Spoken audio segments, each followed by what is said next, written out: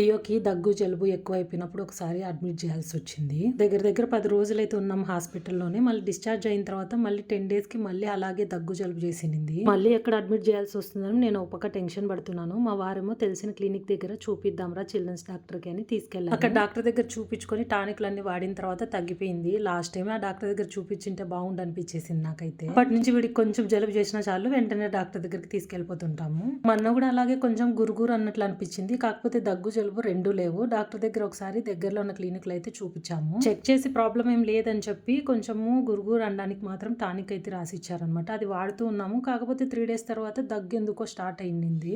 ఇంకా మళ్ళీ children's doctor దగ్గరికి వెళ్దాం అని చెప్పి మా వారు డ్యూటీ మానేసుకొని మరీ వచ్చారనమాట తీసుకెళ్ళడానికి. లాస్ట్ టైం కూడా ఇదే కార్ లో వెళ్ళాం కదా అని చెప్పి కార్ ఎక్కిన తర్వాత అదే గుర్తొచ్చింది అనమాట నాకు. చాలా స్ట్రగుల్ అయ్యాము. ఆ సిచ్యువేషన్ అస్సలు మర్చిపోలేను నేనైతే. క్లినిక్ వెళ్ళిన తర్వాత చెక్ చేసి కొంచెం కఫ కట్టుకునింది అని చెప్పి టానిక్లన్నీ రాసి ఇచ్చారనమాట. తర్వాత అలాగే నెబులైజేషన్ కూడా పెట్టాలని చెప్పారు. నెబులైజేషన్ మిషన్ ఎక్కడ పెట్టామో ఐడియా లేకుండే, అందుకే క్లినిక్ దగ్గర పెట్టించుకొని అయితే వచ్చాము. ఒక పక్క నెబులైజేషన్ పెడుతుంటే ఏడుస్తూనే ఉన్నాడు. ఇంటికి తీసుకొచ్చిన తర్వాత కొద్దిసేపు ఆడుకొని మళ్ళీ పడుకున్నాడు.